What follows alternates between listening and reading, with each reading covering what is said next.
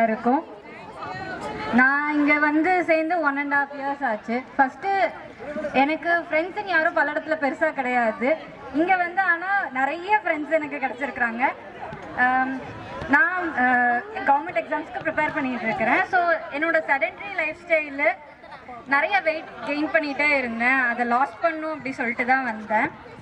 நல்ல weight loss ஆச்சு. அது மட்டும் இல்லாமல் நல்லா மோட்டிவேட் பண்ணாங்க. சக்தி சாராக இருக்கட்டும், அருண் சாராக இருக்கட்டும், மேமாக இருக்கட்டும், அம்பியக்காவாக இருக்கட்டும், எல்லாருமே நல்லா மோட்டிவேட் பண்ணாங்க.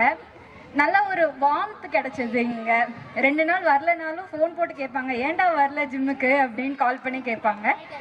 இங்கே வந்ததில் ஃபிசிக்கலாகவும் ஸ்ட்ரென்த் கெயின் ஆச்சு, மென்டல் ஸ்ட்ரென்த்தும் நிறைய கிடச்சிது. நல்ல ஒரு கான்ஃபிடென்ஸு. நம்ம வெயிட் லாஸ் பண்ணாலே நமக்கு வந்து நம்மளால் எல்லாமே பண்ண முடியும் அப்படிங்கிற அளவுக்கு நமக்கு கான்ஃபிடென்ஸ் கிடச்சிது. அதுக்கப்புறம் என்னன்னா இங்கே இருக்கிற எல்லாரை பார்த்தும் நான் வந்து ரொம்ப அட்மையர் பண்ணியிருக்கிறேன். ரேவதி அக்காவாக இருக்கட்டும், ராம் பிரபா அக்காவாக இருக்கட்டும், மணியண்ணாவாக இருக்கட்டும், கனியக்காவாக இருக்கட்டும், சீமாக்காவாக இருக்கட்டும், எல்லாரும் வந்து டெடிக்கேட்டடாக பண்ணுவாங்க, ரெகுலராக வருவாங்க. ஸோ இதெல்லாமே வந்து ரொம்ப என்னை வந்து அட்மையர் பண்ணுச்சு.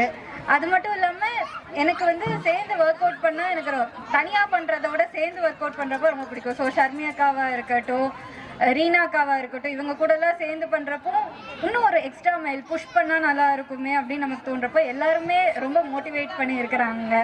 ஸோ எல்லாத்துக்குமே ரொம்ப தேங்க்ஸ்.